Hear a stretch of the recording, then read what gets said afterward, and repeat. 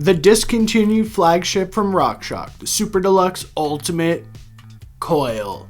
Now let's hope it's better than the AirShock. And there's a lot of good information in here, so even if you have one, you should watch this. A 12.66 millimeter aluminum stanchion is a definite improvement from the last model, and it does have a reinforced eyelet, so we're making strides in the right direction. So this shock is not approved for the Specialized Kenevo. So this is demonstration purposes only. Don't buy one for your Kenevo unless somehow you can find the steel shaft Super Deluxe or add the steel shaft in. If you have a shorter yoked bike like this Specialized Status or a Levo, it is a go. All the new RockShox shocks have the same adjustments: 4 clicks of low speed and high speed compression and hydraulic bottom out. It has a massive range of adjustment, or range of adjustment, not clicks. 20 clicks, so a lot of clicks, and a massive range of rebound. So if you're like 100 pounds or 300, you should be able to get along with all the shocks that are coils, not air. So let me show you why they discontinued this piggyback. So I'm going to open up all the adjusters and put the rebound in the full fast setting. So here's that discontinued piggyback on the $10,000 dyno tester. So it basically takes like 65 pounds of pressure to activate the damper. Now this is definitely on the heavier side of any shock I have ever tested. For an example, the Floatex I just took apart, it takes about 50. I'm 100% practical and not super theoretical, but from my experience, higher damper activation pressure means less sensitive shock to rider's input and less small bump sensitivity. Now the initial marketing for the Super Deluxe C1 2324 shock said no crosstalk. Crosstalk is RockShox's fancy word for if you add high speed compression, it will not choke up the low speed movements. And this shock, let's see what it does. So let me turn the high speed compression on and put it back on the dyno tester. Now pushing down with all my muscles, it basically breaks the scale. I don't even know, it's past 70 pounds if you add high speed compression. So that's why they discontinued the piggyback. The shock I'm looking at, the Super Deluxe C1, is effectively discontinued because the compression damper is not working properly. They have a new fancy term for it called touchdown, and let's hope the new piggybacks fixed it. I may seem like the bearer of bad news here, but I am not a robotic journalist who says every product is the best thing that's ever happened. Come to my store and buy it. It's amazing. Go get it. I am here to help you, and you are gonna get good setup information in this video if you happen to have this shock. It's so hard to push down. I probably did about 20 dyno tests with open hydraulic bottom out, open, close, this, that. If you add any adjustments, it basically goes above 70 pounds. It's not a bad shock. Being substantially more equipped with information and experience on nearly every single damper on the market, I did figure out how to use the high and low speed compression on this shock. So if you have a Vivid Air, Vivid Coil, Super Deluxe Air, Super Deluxe Coil, basically if your rebound adjusters, compression adjusters look like this, you need to watch this video. Now it's not all bad.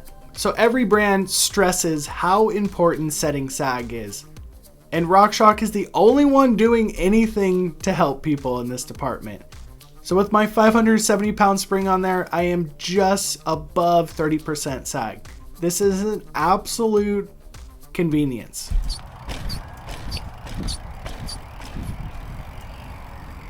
It's definitely quite the improvement. Like the Super Deluxe Air, there's nothing I could do to that shock to make it ride good. But the Super Deluxe Coil, you're just relying on the coil. And I'm actually petrified to huck the flat on this thing because I don't want to snap the shaft. Checking the small bump sensitivity on the Super Deluxe Coil, it is 100% better than the Super Deluxe Air. The coil spring isolates you basically from the fire road or the trail chatter. A little over 30% sag. Maxed out high speed hydraulic bottom out. open compression, the rebound feels pretty good. That's good. I didn't even open the trailhead app this time, but I was at 7 from dead slow on the rebound, and it was 100% acceptable, leaving the compression in the wide open setting for the first run just to feel it out. Okay, I was using a lot of travel, felt a little bit dangerous, and like I told you, this is demonstration purposes only. You need the steel shaft Super Deluxe to run it on the long stroke Canevo. But according to RockShox documents, it is okay to run the 210x55 on the Levo on this one. So being super cautious as to not have a hard bottom out and snap the shaft, I moved the high-speed compression to the middle setting. Oh. So the Super Deluxe coil, it's not so bad so far, to be honest. The Super Deluxe Air had kind of an imbalanced air canister, you know, they're on their third variation, but with the linear coil, the compression does work. You just have to be careful of it because there's so much. So basically we're max hydraulic bottom out, mid low speed, mid high speed, and this will be run 4. I won't make you suffer through too much of my bumbling, but basically I experimented, moved the low speed compression and the high speed compression to the middle setting so they were matching. So I normally just do voiceovers because it is more time efficient and I have like 100 things going on.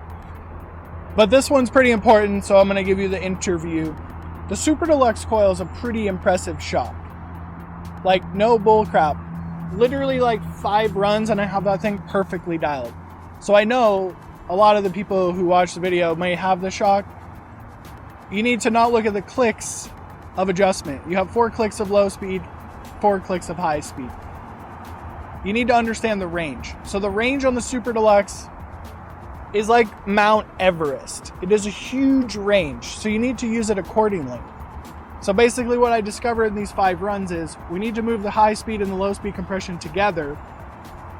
Like if you add 1 click of high, you need to add 1 click of low. Because that way, if you don't do that, it'll feel unbalanced, as I just experienced. So my heavy weight, 230 pounds, 100 kilos or something, with a big 60-pound e-bike, I have the high and low speed compression in the middle. So if you were a lighter rider, you would probably have maybe 1 click of low speed, 1 click of high. Just move them together. Now when it comes to the rebound and the hydraulic bottom out, you can adjust those independently. I didn't find them to really affect each other, you know? And I'm also on max height hydraulic bottom out. That's just because I don't want to break the coil shaft. So by adding compression to the Super Deluxe, you're going to be able to run a faster rebound. I'm on 7 out of 20. And talking about the rebound, we have 20 clicks, so that's a lot of clicks, but it's also a lot of range. So 7 out of 20 is definitely on the slower side. I'm working on a new setup video. I'm not sure if I'm going to release that one yet. But anyway, the real reason I'm doing this interview is, you know, I have a lot of RockShox hater videos saying it's garbage and Fox is better. And that is true. Fox is better suspension, but it's not because RockShox can't make better suspension. I think they're choosing to make this like intuitive, easy to use, mid-level performing suspension. And I basically got this from my friend. He tells me, I like RockShox because it feels the same from day 1 to 3 years later. And he's like, Fox doesn't feel good. So the guy doesn't believe in servicing his suspension ever. You just blow it up and then buy a new one. And for RockShox, that's the way to go. So this is how it goes. You pull the RockShox Super Deluxe out of the box. You put it on your bike. You ride it. You adjust to it. It's like a mid-level suspension performance. And then 3 years later, it still feels mid-level, even with the degraded damper fluid and the shock desperately needed in service. When you have a high-level performance suspension like Fox, EXT, or the Manitou Mezzer right behind you, you pull that out of the box and it's performing up here. So when the fluid or the shock needs service, the performance is down here. So you get this like degraded performance. So that's my theory on it. But also Super Deluxe RockShox makes things incredibly simple. Like the sag indicators on this shock are literally one of my favorite things ever. And you know, when I had it badly set up earlier between perfectly set up now, there really wasn't that much of a difference. So you don't need to be super precise with a mid-level performing suspension. So basically I'm able to see both sides of the coin now. It's not bad, it's pretty good. You know, I can live with the Super Deluxe coil. Now I'm gonna get the Vivid coil later because that's a hot item. And I think you can just change the piggyback, but it wasn't economical because it's like $200 for the piggyback, $300 in the shock, and basically I'm at the price of a Vivid at that point.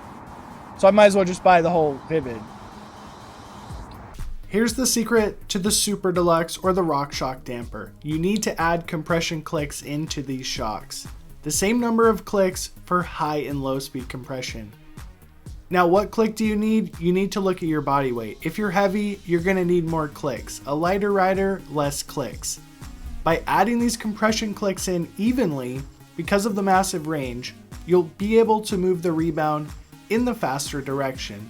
I was able to achieve 11 clicks of rebound after adding in the compression. Once I got the faster rebound, this shock really came to life, and I was even more impressed than after that interview. That's not the last of the secrets. You've got to click this video on your screen and watch these setup secrets because it may not change your mind if you watch that video.